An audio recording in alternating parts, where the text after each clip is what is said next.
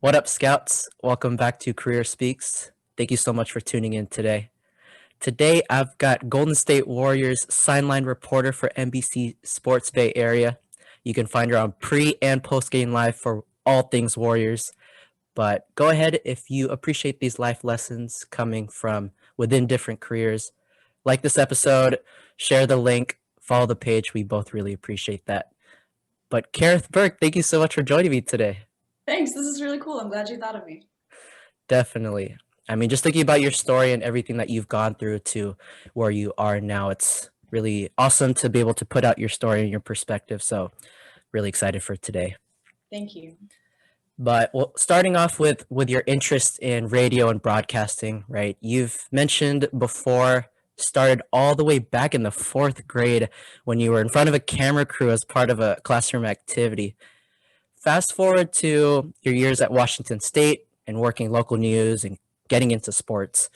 What was it about being a reporter and a storyteller at, basically at the heart of it that just kept you wanting to pursue the field? I have trouble explaining this, but it feels like it's something I was always born to do, or it's just something natural. I hear about people who their biggest fear is public speaking. And I hear that and I'm like, oh, really? Am I weird? I've never been afraid of that kind of stuff. I have a thankfulness for this teacher, Mrs. Bryant, who, right? Yeah, teachers, right? They make an impression. And, I was definitely a teacher's pet. I always wanted to be the best. And when she invited a camera crew to our class, we were learning about government. It was a mock election. She had us cast our ballots for president. And when the camera crew needed a student to talk to, little Miss Teacher's Pet got to be on TV. And that's what I thought reporting was. I get to go home and tell my parents, we're on TV, I'm on TV, like, woo. But then, there are just things in my household. We would watch the news a lot. My mother reads the paper every morning. And I think seeing that made me read the paper every morning. And then in high school, I was the editor of my school paper. I really thought I would end up in print journalism, but maybe the path you think you're going to go on isn't the path. So in college at Washington State University, I sampled everything. I did radio, I did TV, I worked for the student paper again, but then I also did things where I was just in front of the camera. There was a student station called Cable 8, and I was doing sketch comedy shows and news shows and just time, immersed in all of this. I remember my senior year of college thinking, if I can get paid for doing exactly what I'm doing now, I'll be happy for the rest of my life. Yep. And I'm happy. There you go. And I loved how you mentioned that it started out with something that you were just really interested in. I mean, being in front of the camera, like you said, public speaking. I can share the same feeling of, just being able to talk in front of other people, whether that's a classroom, whether that's a group of people, and just feeling in tune with the audience. And like you said, not feeling as nervous as other people might be. But I love how you mentioned that if I could do this or continue to do this for the rest of my life and even get paid for it, I'd be happy about it. So I think for everyone else trying to find that sweet spot, it does take time and it does take a little bit of a rewiring and trying to figure out and navigate the different careers or waters. But at the end of it, if you can find something where you love doing it at the essence of it, and at the same time, if I could do this, continue to do this and feel comfortable with this, and maybe money's a part of it, maybe it's not, but I just love doing what I'm doing, then you're going to find that route to happiness. So I think, going back to Kerith's, journey throughout that, it's wonderful to think it started such at a young age, because I don't even remember what I was doing in fourth grade, but for something that's so significant to you like that, it's like you said, you don't process it or you don't understand it until you get older. And so that's pretty awesome. But, you've talked a little bit about getting into what you were doing at Washington State in college. Looking at your resume, it's quite extent. It's so inspirational, just knowing the different walks and takes that you've had, and from covering a little bit of health and education at Washington State to collegiate sports on the East Coast to covering the 2016 Olympics, and then taking an unexpected transition, working for Whole Foods before landing what you have now with NBC Sports Bay Area. A journey like that must have so much sacrifices along the way. Um, wow, and let me compliment you for how well researched you are. It's Of interesting to hear course. somebody like say your resume back to you, and you're like, "Oh yeah, I remember that," or "Oh yeah, these are steps along the path." Um, people ask me, "How did you get your job?" And I Mm, remind them that this is my fifth job in the industry, and it took me a while. My first jobs out of college, my first three jobs out of mhm. school were in local sports markets. Right. So I was covering a lot of high school. And then at the next step, I was like high school and college. And the Mhm. next step, it was college and pros. Mm, But that experience with the local sports networks, you have to do a lot of work at that level. So I yeah. wasn't just the reporter, I was the camera person. I had the big camera on my shoulder, and sometimes Yeah. I would have to hold the microphone at this and like Right. speak with one eye and be like, "Hey, I'm asking you a question." Then I have to go back to the camera. Mhm. And then I would take what I shot, I was the editor, and then you turn it into this package, Right. and then you present it. Then the part that's you on camera is what everybody else sees. And after that, you'd have to write the story up for the web. So it was just like a lot of steps. But what they Mhm. taught me was how to tell a story. When Right. doing an interview, listen for the best sound bites, or how do you draw emotion from people? How do you portray their stories as best as possible? So it just taught me how to think in what I consider a pretty good way. Yeah. After the local sports places, I worked for a sports network called SNY. That was the first time I didn't have the camera on my shoulder. I could focus just on being a reporter and an anchor. That experience at SNY in New York City that was covering 9 pro teams. That was covering some college. During basketball season, I was covering UConn women's basketball. That was so cool. Mhm. But I was living in Manhattan, and they played in Hartford, Connecticut. So their home games were like 2.5 hours away. It was a lot of driving in the winter. Mm, It was a lot. But you mentioned the word sacrifice. When you talk about sacrifice and doing what you want to do in order to cover these really legendary teams, frankly, I've been so charmed in my career. yeah. If I want to cover UConn women's basketball in 4 consecutive championships, then that's what it takes. And what happened? The universe or whoever Yeah. rewarded me, because Gino Oriema is the Mhm. UConn women's basketball coach. He was the coach of the women's team for the 2016 Olympics. Mhm. I ended up covering the 2016 Olympics and his team. And then that experience, that really high profile, helped me Mhm. get my job now.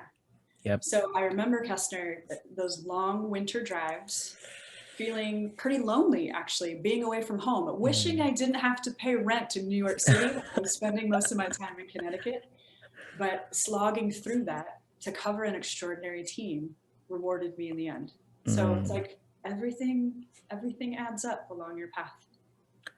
And that's important to note, right? Because the sacrifice is not something that we can predict, but if we chug along in our journey in just, trying to find the small steps and trying to find those moments of celebration or those moments that we really appreciate in our journey, then like you said, the sacrifices are worth it because I don't know how many times, Kareth, that I've had to think about, is this what I want to do? Like, what am I doing? And then figuring out your path, not even just in college, post graduation, just in life in general. Yeah. If you're not in tune with those sacrifices that you're willing to make and the compromises that you're willing to make, then of course it's going to be tough. But I just love how those moments where you stuck it through and you just felt like this was a part of who you are and this was a part of what you wanted to do.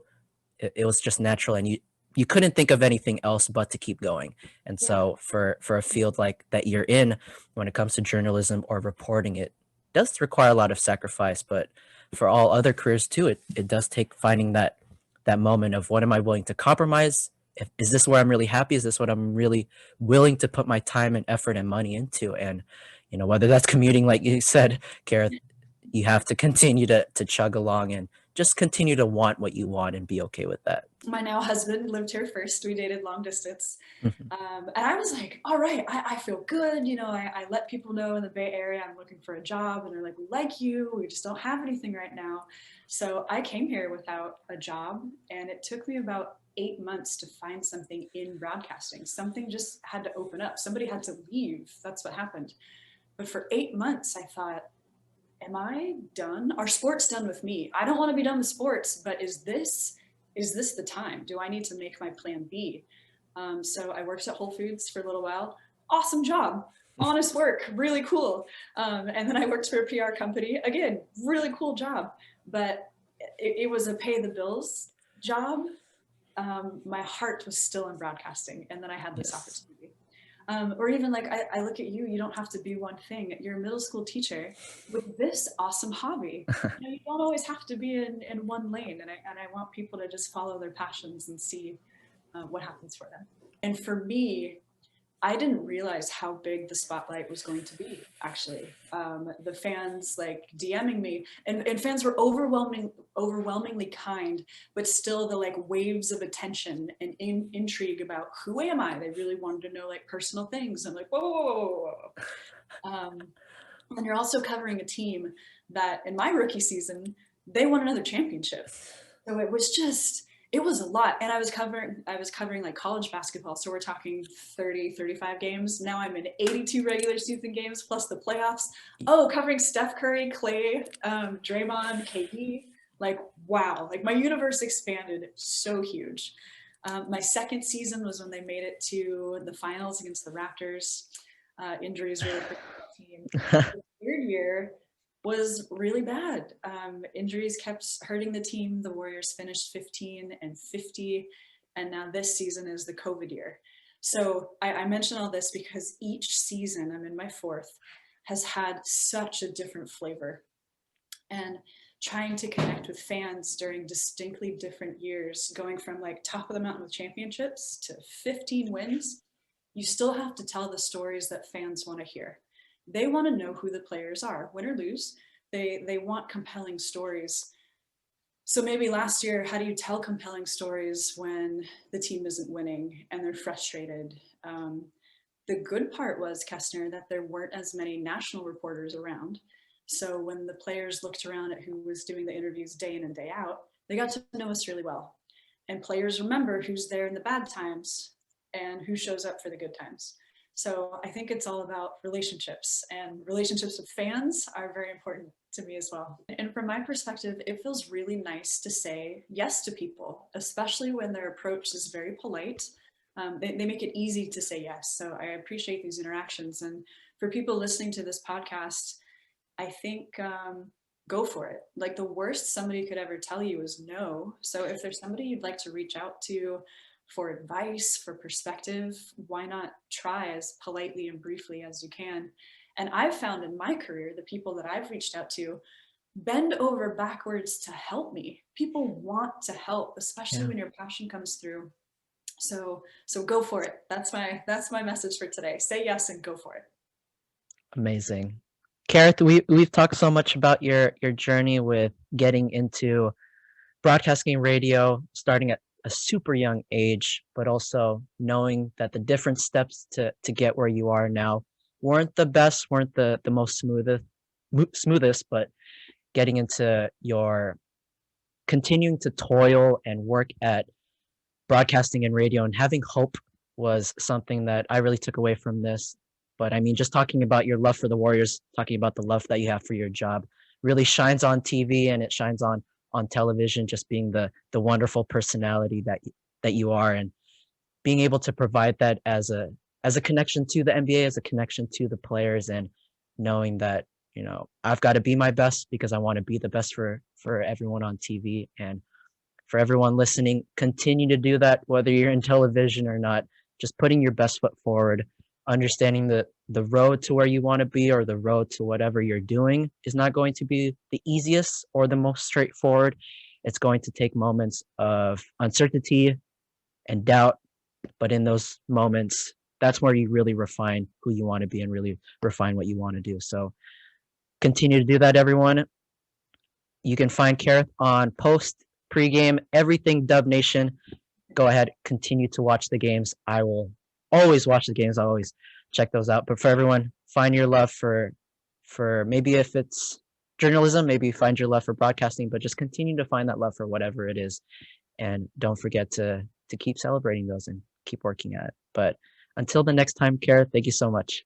You're welcome. Thank you. Find the love. I'm going to carry that with me today. Find the love, everyone.